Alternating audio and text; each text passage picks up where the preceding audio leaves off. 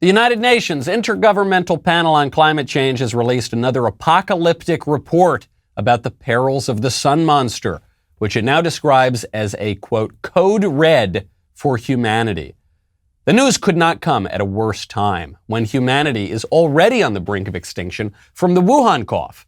And to mark the occasion, hundreds of the world's most prominent climate activists and COVID communicators just flew to Martha's Vineyard, many of them on private jets, to dance around maskless at Barack Obama's 60th birthday party.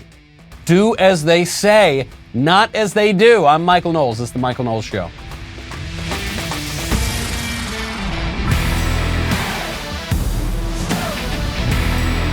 Welcome back to the show. My favorite comment yesterday, it's like a week ago, I don't know when it was, from Solomon Risley, who says, roses are red, maybe they're blue. In Biden's America, nothing is true. That is such a good, simple observation, because that's what Barack Obama is showing us. That is what all these climate hypocrites are showing us. That is what the COVID cops are showing us. And when you want to protect yourself from all those prying eyes, I would strongly recommend you check out ExpressVPN. I do not go online anymore without a VPN on my computer and on my phone and on any other device that I use. I can say with full confidence that ExpressVPN is the best VPN on the market. Here's why. ExpressVPN does not log your activity online. Lots of cheap or free VPNs make money by selling your data to advertisers. Well, if they're going to do that, what's the point of using a VPN? ExpressVPN does not do that. They even developed a technology, trusted server, that makes their VPN servers incapable of storing any data at all. Speed. ExpressVPN now uses Lightway. It's a new VPN protocol they engineered to make user speeds faster than ever. It's always blazing fast. Lets me stream videos in HD quality with zero buffering. Lets me upload really big files as well. It's not just me saying this. CNET, The Verge, many other tech journals rate ExpressVPN the #1 VPN in the world. Protect yourself with the VPN that I use and trust. Use my link, expressvpn.com/Michael today. Get an extra 3 months free on a 1-year package. That's expressvpn.com/Michael. Visit expressvpn.com/Michael to learn more. None of the things that these people want you to believe are among the things that they believe. I'm talking about the climate, I'm talking about COVID, I'm talking about all of it. They purport to believe something. They insist that you believe something, whether it's that the sun monster is going to destroy the world, or COVID's going to kill everybody, or everyone needs to quadruple mask with 17 jabs, and that's the only way we're going to be safe. They do not believe that. And the way that I know that they do not believe that is that they do not behave as though that were true. Barack Obama just had his 60th birthday party amid not just the global pandemic, but amid the surge. Forget about slow the spread, flatten the curve, find a cure. No, now we're surging. So we got to be super duper careful, go back to all the restrictions, unless you're Barack Obama. Barack Obama holds his 60th birthday party. He got a lot of backlash because he initially planned to invite about 500 guests and about 200 staff. And then when he got the backlash, his spokesman said it would only be close friends and family. Turned out that was a complete lie. There were hundreds and hundreds of people there because some photos leaked. Then the photos all went back down, but the internet is forever. So Barack Obama was just having a grand old time with everybody. There's video of him dancing around maskless. You don't see a single mask in the entire place. Not the musicians, not the guests, certainly not Barack Obama, not the staff. None anywhere. Really weird videos going around from this event. So glad they finally went up. Obviously, none of these people are worried about the Wu flu. They're not worried. They want you to be really worried about it, but they themselves are not worried about it. This also shows that there are two sets of rules. There is one set of rules for the elite, and then there is one set of rules for everybody else. One New York Times reporter actually defended the party and said that the Obamas only invited sophisticated, vaccinated people. Unlike you filthy, disgusting idiot, you rube, you unsophisticated monster. There are the sophisticated, vaccinated people, and then there's the rest. But we were also told that the virus is spreading among the vaccinated people. We were also told that the viral load, especially of the Indian Delta variant that the vaccinated people are carrying, is similar to the viral load that unvaccinated people are carrying. So if the idea is we've got to stop the spread, then it doesn't matter if you're vaccinated or not. Frankly, it doesn't matter even if you've even taken the negative COVID test. I was just on a flight. I came back. It's very good to be back with you. I missed you terribly. I was in France for my friend's wedding. And fortunately, the new COVID rules where you've got to show your pass to the Gestapo and show a proof of vaccination, that actually had not gone into effect yet. That didn't go into effect until yesterday as I was flying back to America, the land of the free for now. But I was on the flight and I finally realized how nobody actually believes any of this stuff with COVID and it's the scariest thing ever and we've all got a lockdown, we all have to wear the masks. Because they make a big point of telling you on the airlines and in the airports that you have to wear the mask, that it doesn't matter if you're vaccinated, it doesn't matter that you had to show a negative COVID test. You actually had to show a negative COVID test to get on the plane back to the United States. Doesn't matter. All of these people, none of whom have COVID, according to very recent tests, still have to wear the mask the whole time. That's how dangerous COVID is.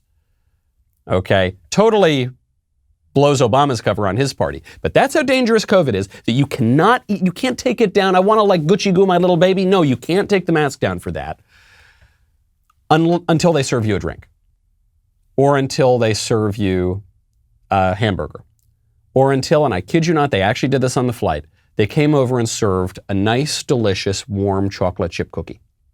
It was great. I'm glad they served the cookie. COVID is so dangerous that we have to muzzle ourselves for a year and a half and can never take it down, even if you're triple, quadruple vaccinated with 17 negative COVID tests. Unless there's a warm, delicious cookie, in which case you can. Of course not. If it were that big a deal, they would just nix the cookie. But they're not nixing the cookie because none of them believe any of this nonsense. I've noticed something else when I was in France, which is, and this is so shameful, this is so embarrassing for me to say from my own country. The French people are more sane about the coronavirus than we are. They are. I'm not talking about the governments. The French government is just as crazy as the US government, if not crazier. And we'll get to that in just a little bit. But I just mean the French people. The French people are just not as insane about this. You walk into a place, you don't have a mask on, it's not a big deal. You get into a car, hey, do you need me to put the mask on? Oh no, that is okay, monsieur, I'm vaccinated, it's fine. The whole point of the vaccine is that then you do not catch the virus. It is fine, monsieur. They're just cooler about it. It's not as intense a political issue there among the French people. Among the government officials, that's quite a different matter. But it really, when you travel abroad, it really makes you, sure, you learn about some other culture, but it really makes you see your own culture much more clearly. I've always found this to be true. When I would go to Italy sometimes as a kid, I'd think, man, I really miss America. They're really efficient. They really know how to run things over there. Oh man, you travel to other places and you really see your country more clearly. And I think when we get a clear look at our country right now, probably we're not going to be so happy. Anne Applebaum, a liberal journalist, just tweeted out a few days ago in response to Tucker Carlson's trip to Hungary. She said, in Orban's Hungary, Viktor Orban, the right-wing leader in Hungary, in Orban's Hungary, 90% plus of the media are controlled by the ruling party. Businesses are physically and legally harassed if they don't toe the party line or if someone wants them cheap. Elections are manipulated. Party leaders are mysteriously rich. And then she added a model for Fox News. It's like a dig in. That's what Fox News wants. Does she not see what she wrote?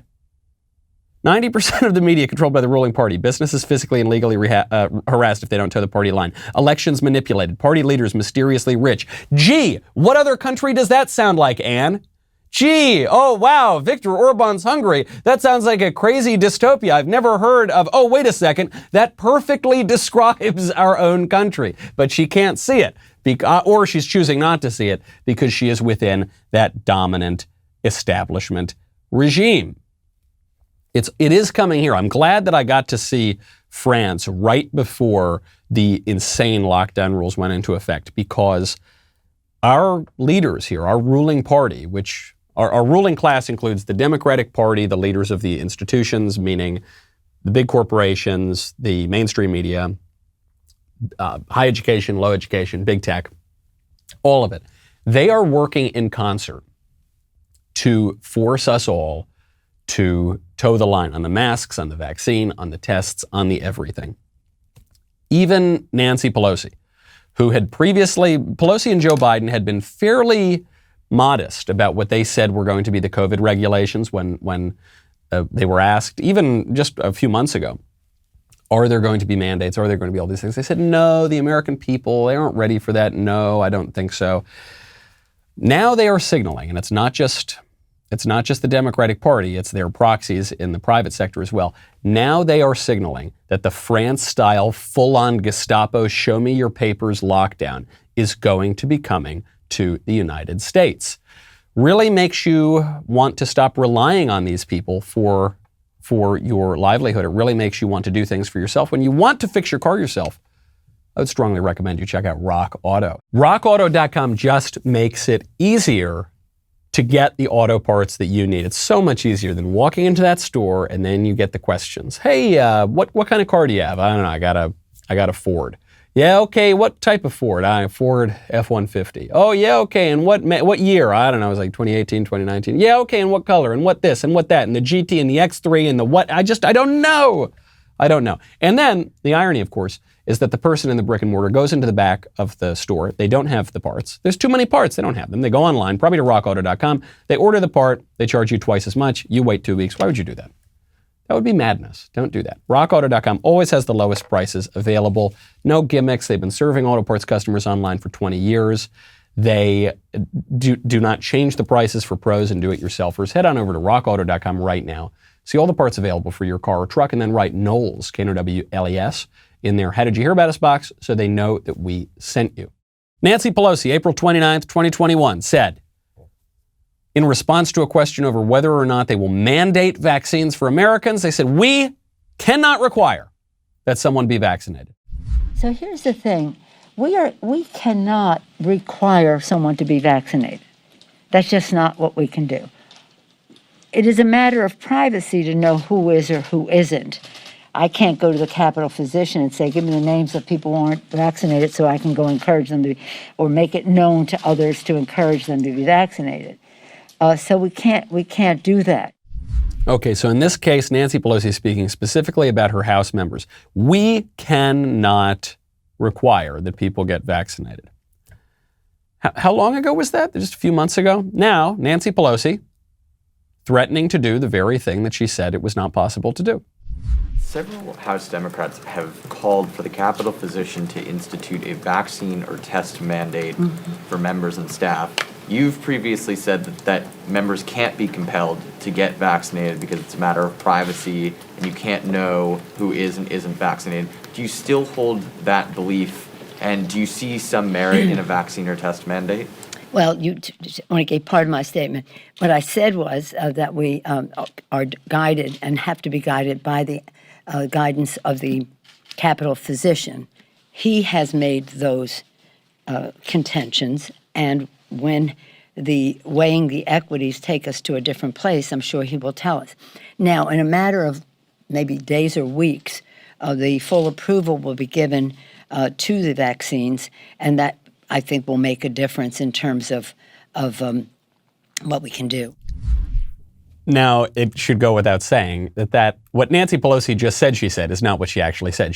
She did not say that the Capitol physician is going to be the one to determine whether or not she can get this information from members and demand they be vaccinated. What she said was, it is wrong. We are not able to. It is a matter of privacy that we cannot go to the Capitol physician and ask these sorts of things. Then she just sort of flips that around and says, yes, we can do it. She obviously never believed what she said in the first place, namely that she couldn't force people to get vaccinated. She was simply biding her time. She was simply exercising the political power she felt that she could exercise at the time she could exercise it, and now she's going to exercise more. This is why, of course, none of these people have any credibility in the media, in the public health establishment, in the elected Democratic Party. They don't have any credibility whatsoever. You should not believe a word that they say. I don't think they had a lot of credibility before the COVID stuff, but during the COVID stuff, they have squandered what little they had. They're liars. They don't like you. They want to rule over you, and they do rule over you, and they will get you to comply if you do not resist. And they might get you to comply even if you do resist. The crux here of the matter in Pelosi's new argument is the full approval to the vaccine. Don't forget, all of these people thus far who have pressured you to get the vaccine are pressuring you to get an experimental drug. The multiple experimental drugs, the Pfizer, Moderna, Johnson & Johnson, and any of the others that have been in development. The reason that it is an experimental drug is it does not have a full FDA approval. It has an emergency use authorization.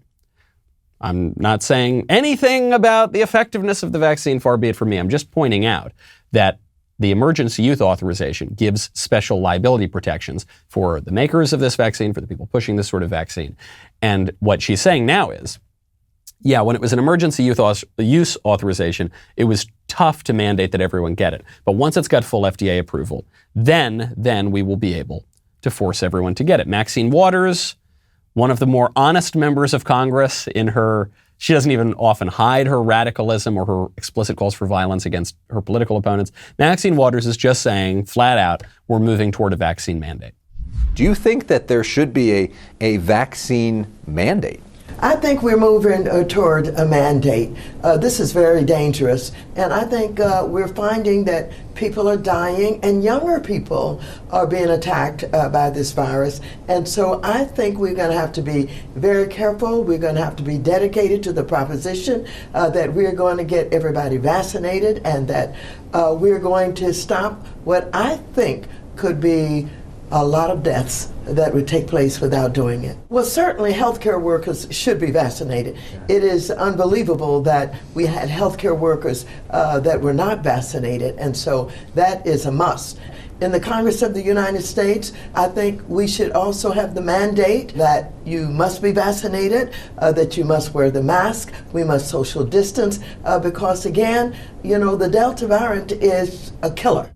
Yeah, she doesn't believe that. None of these people believe any of that. They're not behaving as if they believe that. When COVID was in the height of its surge and at the apparent height of its virulence, all of these people supported BLM rioting in the streets, burning down the country, rubbing shoulder to shoulder. They just don't believe it. Angelo Codevilla made this point. Angelo Codevilla from the Claremont Institute made this point about political correctness. And I mention it in my book, Speechless, which is that political correctness is very often less about the substance of what they want to change. It's often less about the specific words or the specific behaviors, and it's much more often about the imposition itself. And that is what this is about here. That is what the mandates and Maxine Waters and Nancy Pelosi and the rest of them, that's what they're talking about. They are showing that they have the right to impose these things upon you. And moreover, getting back to Barack Obama's birthday party, that they have the right to violate the rules whenever they want without consequence whatsoever. There was a video that went viral yesterday, and I had just left Paris. I had just left the very place that this video was taken, of people sitting at outdoor cafes, many of which I frequented last week without being harassed by anyone demanding my papers, where the police now show up and demand to see a vaccine card. You can see the cops walking up to, I don't know if they're tourists or French citizens themselves, police walking through the streets. And they have to produce the digital pass on their phones. And the digital pass makes it very, very easy to enforce this sort of thing, because it's not as though you can fake a digital pass. I think that'd be probably much more difficult, depending on the enforcement measures. It's not as though you have any excuse as to why you wouldn't have your digital pass. Everyone's sitting out there on their phones, so the cop just comes over and says, okay, show me your pass. This is why it's going to be very important that people like Pelosi and Waters and the rest of them, the American left, and a lot of the squishes on the right too, are going to be pushing for this sort of thing. The only difference between these two countries that is preventing the United States ruling regime from instituting this stuff is that we have a more robust system of federalism. So in France, they don't have this idea that the various states can push back against the federal government. The states have specific rights that the federal government can't intrude on, and the people have certain rights that actually can't be intruded on either. That does not really exist in France. Here it does. And so it will be entirely incumbent upon the governors to hold out against this kind of stuff, to not turn over vaccine information to the federal government, to not create digital passes like already exist in New York, right? The liberal states are already moving toward the digital passes. The conservative states are not. They have to hold the line on that as well. That is some dystopian stuff that's being pushed by liberal regimes around the world. I mean, the Parisians are furious about this. There were hundreds of thousands of people out in the streets when this regulation was first proposed by the leader of France, Macron. So the people, much more normal, but it doesn't really matter because the ruling regime has the power. One way that they're going to be able to push this, by the way, is not even through the heavy hand of government. One way that they're going to be able to push this that's really going to confuse conservatives, especially the kind of conservatives who have just been carrying water for the regime for the last 20 years, the kind of just talking point right-winger, is that they're going to do it through private companies. So right now, United Airlines is going to mandate the vaccine for all employees. This is the first move for a domestic U.S. airline. They're going to mandate that 67,000 people get the COVID vaccination. They will do this and demand it 5 weeks after the vaccines are fully approved by government officials or by October 25th, whichever date comes first, according to reports. So even if by October 25th, the vaccine is still an experimental drug without FDA approval, United Airlines is going to force that to happen. This is the point of Donald Trump's lawsuit against big tech. When Donald Trump says, big tech is violating my First Amendment rights, all of the sophisticated people, all of the really smart, genius lawyers, they laughed at him and they said, a private entity cannot infringe on your First Amendment rights. It's only the government that can infringe on your First Amendment rights. But the point of the lawsuit is that the government is using these so-called private companies as proxies to enforce its will. And by the way, Biden admitted that it was doing as much. That's what's going on here with the vaccination regime. The liberal establishment is relying on quote-unquote private companies to do its bidding. Now, I think the important thing for conservatives to remember here, by the way, is that the issue is not whether or not a company has a right to mandate a vaccine. It's not whether or not even a school district or something has the right to mandate a vaccine. Lots of companies and private entities and school districts already do mandate certain vaccines. So I think if conservatives make the argument that they have no right, my body, my choice or something, which is, by the way, not something that we believe in. We do not believe my body, my choice. We're pro-life, right? That we think that there are other considerations here as well. What we have to focus on is the prudential question, the wisdom of mandating this vaccine, which is still an experimental drug for a virus that nobody is all that seriously concerned about, including and most especially the liberal elites who are making the biggest ruckus about it. You know who's not a liberal elite? The people who run MyPillow, that's who. You know how much I love all of the MyPillow products. They're a great conservative, patriotic company, but even if they were run by communists, I would still shop from them. That's how good their products are. MyPillow is now changing the game with their 6-piece towel set. This set is made with USA cotton, makes it extremely absorbent, yet still provides that soft feel that you look for in a towel. The set comes with 2 bath, 2 hand towels, and 2 washcloths, typically retailing for $109.99. For a limited time, you can get this set for the low price of $39.99. That's over 60% in savings.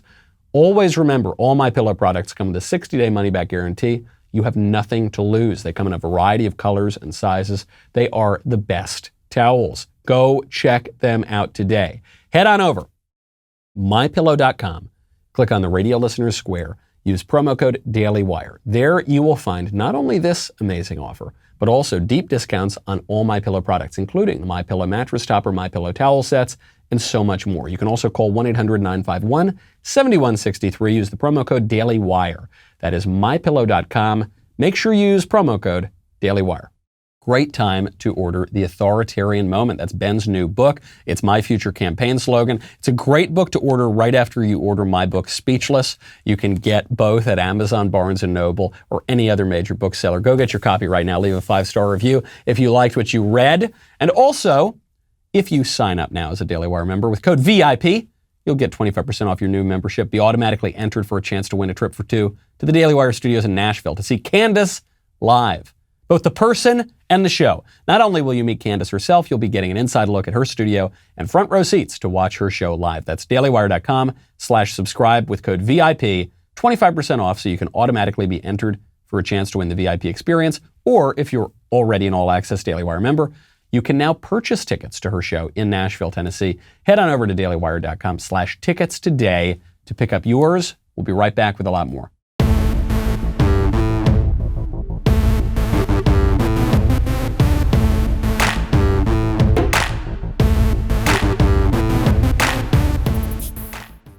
Vaccine mandates are not only coming from governments around the world, they're coming potentially from our own government as well. But Joe Biden, I think, just undercut his case for the vaccine mandate because, according to President Joe Biden, 107% of Americans have already been vaccinated. I said again and again, this is a pandemic of the unvaccinated. So we have to get more people vaccinated. I said, well over, what's the number again? I remind myself, 350 million Americans have already been vaccinated. They're doing fine. Good news, buddy. That's great. I'm so glad we're doing 350 Americans in a country of 328 million people are doing fine. Maybe what Joe Biden is admitting here is that there are a lot of illegal aliens in the country. Maybe there are many more than even you and I knew about. Maybe he has secret numbers, or maybe he has absolutely no idea what he's talking about and he's flubbing the messaging, which he has done from the beginning of this. Because, by the way, even as of 5 minutes ago, the argument has not been that this is a pandemic of the unvaccinated. We've been told that the vaccinated are transmitting the virus and are carrying the virus in similar viral loads as the unvaccinated people. But the argument has been that the vaccinated face less severe consequences, they face a far lesser risk of death, and yet we're then told at the same time that we've all still got to mask up, we've all still got to lock ourselves down, even if you are vaccinated. Very confusing messaging, but it's not the most confusing messaging that the White House has put out on COVID this week, because they have relied once again on a social media influencer. This one, I had never heard of him before. I sort of hope I never hear of him again, but I did watch this video so that you don't have to, delve through all the piles and piles of horrific viral videos around. I watched this. This is from Benny Drama. He played the role of a White House intern, filmed in the White House with members of the White House staff, including Jen Psaki, to convince all the unvaccinated people to go get the vaccines. One sec. Democracy's calling. See you, Daddy. Bye. Hi, my name is Cooper, and this is a day in my life as a White House intern. We did a joke. Hey, everyone. Vogue. Usually I start off with a big coffee. Sorry, they're like really strict in here. Hey, Jenny. I booked you a nail appointment, love. Yeah, I didn't tell you to do that. It's called Initiative. Hi, White House. This is Cooper. I don't think so. Oh, doesn't matter. This is actually the entrance to the West Wing. This is so fun and it's really prestigious. Hey, POTUS. Is Olivia Rodrigo still here? No. We've come a long way in our fight against this virus. We've vaccinated 160 million Americans. Are you getting this all down? Don't worry, Queen. It's all right here. Booper. Sorry, Miss Jen. And Jen, don't forget to have fun. Spirit fingers, mama. We need to get shots in the arms of every single American. I'm heading to a haircut. Comment if you want me to make more of these. I don't even know exactly what I just watched. I don't know what parts of it were supposed to be funny or persuasive. But I do know this. That according to the Democratic Party, the people who are not getting vaccinated are conservative, right-wing, Christian, Bible-thumping Republicans in the red states, right? That's what we're told from the liberal establishment. It turns out the group of people least likely to be getting vaccinated are actually Black Americans, who I think their vaccination rates right now are like 28% or something like that. Black Americans overwhelmingly vote for the Democratic Party, but because the Democrats don't want to acknowledge that it's actually largely a group of their own voters that are not getting vaccinated, they try to blame it on conservative, Christian, right-wing Republicans in the red states, many of whom also don't want to get vaccinated either. And the White House decided that the best way to persuade conservative, right-wing, Christian, Bible-thumping voters in the red states and Black voters as well is with an officiously, flamboyantly gay, gender-bending Zoomer or millennial TikTok influencer. That's what's going to do it, right? That nothing, nothing those Bible thumpers or those sort of vaccine hesitant black Americans love more. Right? Famously, historically, nothing they all love more than very, very officiously, sexually revolutionary, gender-bending young white liberals, right? But no, of course not. Of course not. That the video won't persuade anybody, and it doesn't matter. They don't care because the White House doesn't actually need to persuade anybody because the entire thing is about scoring political points, and none of them are actually that worried. Because if they were that worried, they would actually put someone on the video that might be able to persuade either the right-wing evangelicals or the black voters in the cities, but they don't because it's not a big deal. If they actually care, they wouldn't serve the warm cookie on the airline, okay? They just make you wear your masks all the time because the virus is so super-duper deadly, it's the deadliest thing in the history of the world. Or they'll say, take your masks off, eat the cookie, it's fine. But you can't simultaneously say both things. Speaking of our representatives, I'm kind of down on our representatives these days, but there was one representative who really came to the national attention while I was in France, and so I didn't want to miss out on acknowledging her wonderful performance. I don't even know how to pronounce her name. Tamara Mensah Stock. I don't watch the Olympics. I don't keep up with these sports, but I loved her. This gal won. She is a wrestler. She won. She gave her victory speech, and she said that she just loves America, and she is so proud to represent it.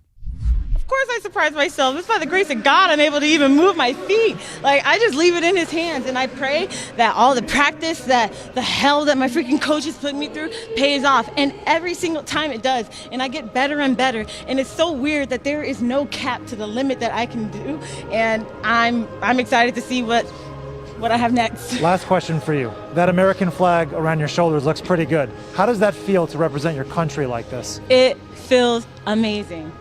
I love representing the U.S. I freaking love living there. I love it, and I'm so happy I get to represent USA. Love it. Well said. Congratulations. Enjoy that gold, and we'll see you out there on the podium, okay? Thank you. I'll try not to cry, but no promises. Love her. Awesome. This is great stuff. It's very important that all the athletes do this. If you do not love your country, if you're not happy to represent your country, then don't go to the Olympics. The point of the Olympics is that we send our athletes to go represent the country. As I've made abundantly clear, I don't tend to watch the Olympics, but I do care about my country. And even those of us who don't watch all these various games and are kind of skeptical of the whole thing, we still have a right to, as we send our athletes overseas to represent us, we have some right to expect that our athletes will love our country. This gal obviously does. And it is important, especially because she's a black woman. I know that conservatives don't like to play identity politics, and conservatives are now being accused of playing identity politics because she's a black woman. It actually does matter, because the prevailing narrative that we're all being told is that black people can't love America, because America was founded on oppressing black people. That's the new 1619 narrative. And so if you're black, the only authentic reaction you can have to the country is one of contempt and disdain and hatred. And it's just not true. There have been plenty of black Americans who have loved their country. That's been true from the very beginning of the country. That's true up to the present. And it is important to show that. It is very important to show, because we are susceptible to these kinds of circumstances, to these aesthetics, to these trends. All of us really are. If we are told that all the smart people hate America, then if we hope to be smart, we're going to be tempted to hate America. If we are told that all the black people hate America, then if you are black, you are going to be more inclined to hate America, because you are simply living within this mental prism that is what you have to do if you look a certain way or if you aspire to be a certain thing or whatever. And so it's very important to show people that the smart people can like their country too, that black people can like their country too, that people from the coasts can like their country too, that New Yorkers and Angelenos and Chicagoans can like their country, that people in academia can like their country too, that people wherever, in the media, right, all over the place, where we are told that it is not, that if you are a certain way, you look a certain way, you think a certain way, got to get rid of that. Got to get rid of that. Speaking of women, there's a story out of California now. A female inmate in California is now pregnant after women's prisons were forced to accept male prisoners who claimed to be women. So this has been happening for a few years now. There has been a push for women's prisons to accept dudes. And the phrase that's often used is biological males. They have to accept biological males. I hate this phrase. People should stop saying this phrase. The phrase biological male is it's itself a creation of political correctness. It's not a reaction against political correctness. It is a product of it. Because the implication of the phrase biological males is that there's some other kind of male. You know, a psychological male or a spiritual male, or no, it's just men. There's just men and women, okay? And there's no special caveats or categories here. So the women's prisons now have to accept men. And this is according to a report from The Blaze, that a liberal women's organization, the Women's Liberation Front, has reported that at least one woman has become pregnant following California's law that lets men enter the women's prison. Here's what the Women's Liberation Front, a very left-wing organization, says. Quote, women incarcerated in California's largest women's prison are describing the conditions as a nightmare's worst nightmare after the introduction of new pregnancy resources in the Central California Women's Facility medical clinics. The new resources are a tacit admission by officials that women should expect to be raped when housed in prison with men, where all sex is considered non-consensual by default within the system. Which brings me to compassion. Compassion. When I was at this wedding, I was chatting with a very lovely gal. She was so nice. I think probably she represents what the majority of Americans feel politically, which is they don't have especially strong political views. They just want to be like nice and on the good side and be nice to people and not mean to people. And the issue of transgenderism came up. And she said, well, I just think it's really, we shouldn't be mean to people, we should be nice. And my point, as conservatives often make, is that I don't think it's nice to lie to people. I don't think it's nice to encourage some people to live in delusion. I don't think that's respectful at all. I think that's actually cruel. I don't think that the truth is cruel. I don't think that lies will set you free. Actually, I think it's the opposite. The argument for letting men into the women's prison is that it's compassionate. These poor men, they think that they're women, so we should let them into the women's prison. Well, is it compassionate to the women who are now being exposed to, some of these men could have committed sex crimes. There's no rule often barring men who have committed sex crimes from coming in. Now this woman is pregnant. Where's the compassion? Where is all of that compassion? Compassion can be pretty misguided. But the left is very good at using this language of compassion and niceness. And I do think conservatives need to get better at that. Because if conservatives can't, then it doesn't matter how strong our arguments from biology or psychology or philosophy or theology are, people aren't going to want to associate with conservatives. Speaking of creepy sex stuff, by the way, Andrew Cuomo. I go away for 1 week and it looks like the governor of New York is on the ropes again, not because he killed thousands of elderly New Yorkers in nursing homes, but instead because he winked at his secretary some more. There's a report from the New York Attorney General. The report says, Andy Cuomo ran his hand across the stomach of a female state trooper assigned to his detail. She says this move left her feeling completely violated. He did that only 1 month after he signed a 2019 law strengthening protections for sexual harassment in the workplace, according to the report from the state attorney general. You'll notice during the, I'll get back to Andrew Cuomo in a second, but I just want to broaden it out for a bit. You'll notice that among the Me Too people and the Time's Up and all the really strong, this is what a feminist looks like, men who are left-wing and all that, during the Me Too movement, virtually every big shot who went down was a leftist, feminist, stop the sexual harassment, this is what a feminist looks like sort of guy. But they just don't believe it. They just didn't believe it. I think this was a little different than having a standard and falling short of it. I think these guys were rank hypocrites. I don't think they believe it. I think they want other people to play by a set of rules that they don't have to play by. I think it's the same thing as Obama. I think it's the same thing as the COVID and climate alarmists, all the climate alarmists who fly on private jets to go talk about how important it is not to fly on private jets. I think all of that is coming out. And unfortunately, we can point to it and we can show how little credibility they have. But they still have the power. Maybe Andrew Cuomo will go down over this latest round of sex stuff. Maybe, maybe not. He's a pretty tough guy. It looks like this is harder. His right-hand man, actually a right-hand woman, his top aide was a woman. She just resigned.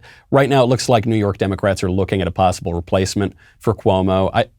Look, this looks even worse than the last time that Cuomo was allegedly on the ropes. The only thing I'll say is the guy's a fighter.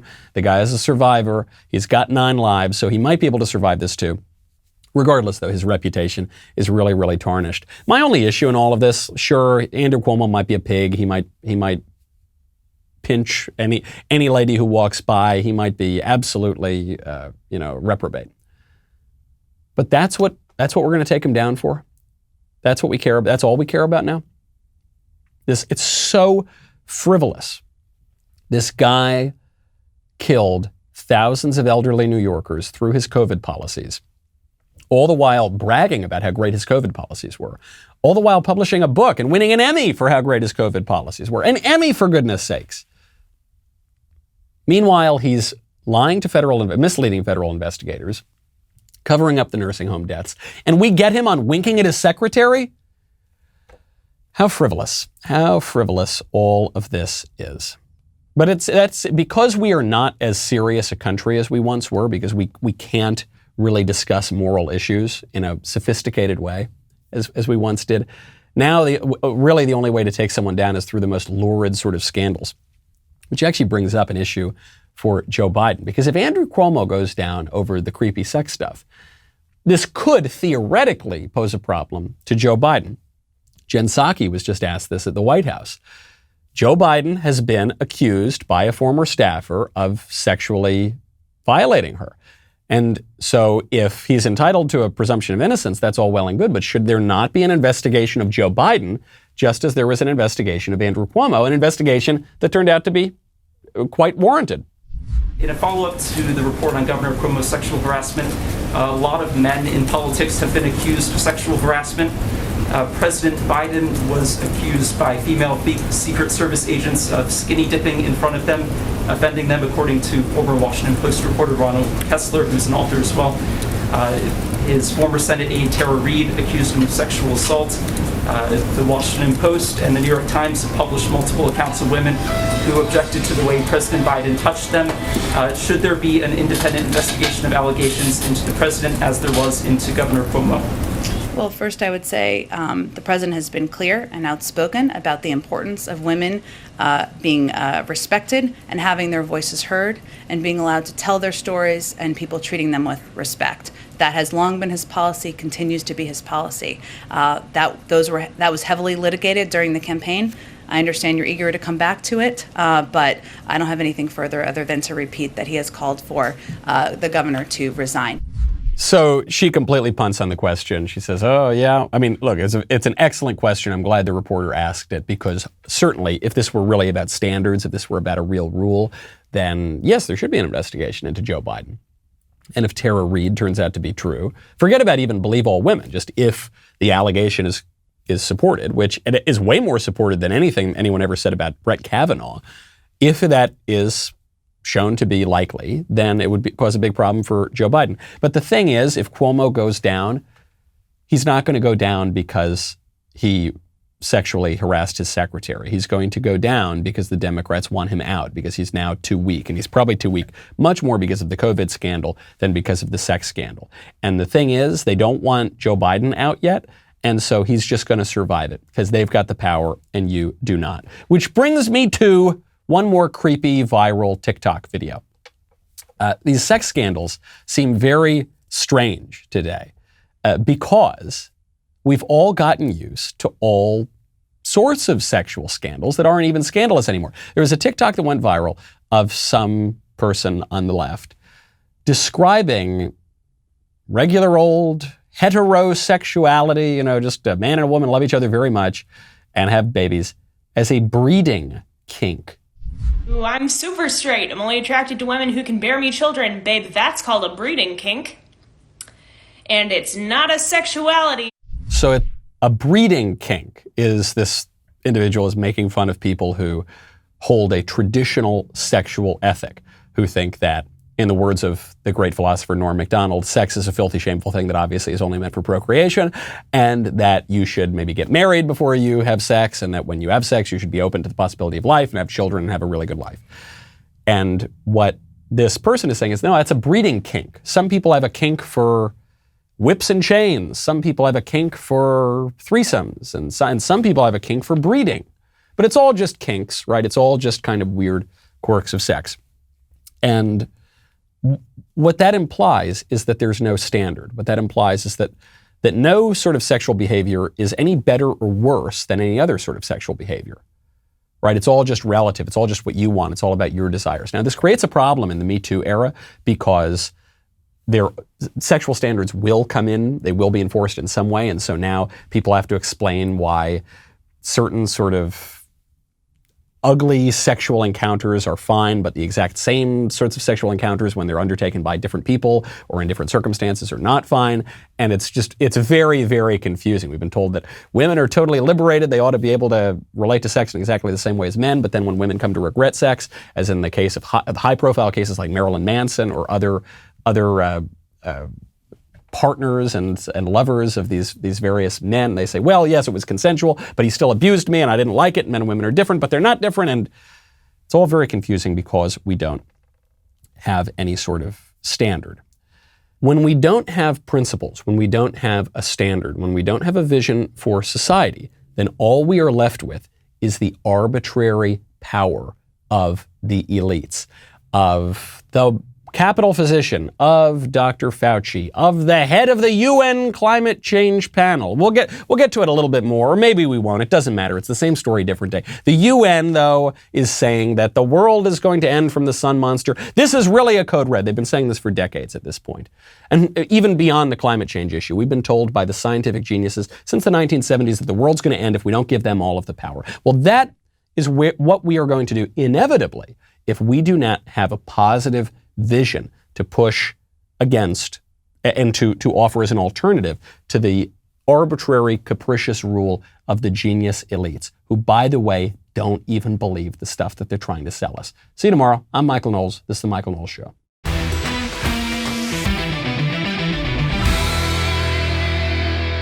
The Michael Knowles Show is produced by Ben Davies. Executive producer, Jeremy Boring. Our technical director is Austin Stevens. Supervising producer, Mathis Glover. Production manager, Pavel Vidovsky. Editor and associate producer, Danny D'Amico. Associate producer, Justine Turley. Audio mixer, Mike Coromina. And hair and makeup by Nika Geneva. The Michael Knowles Show is a Daily Wire production. Copyright Daily Wire 2021. John Bickley here, Daily Wire editor-in-chief. Wake up every morning with our new show, Morning Wire. On today's episode, pressure ramps up on Governor Cuomo to resign, the ACLU is suing the Biden administration, and fake vaccination cards are on the rise. Join us and get the facts first on the news you need to know with our show, Morning Wire.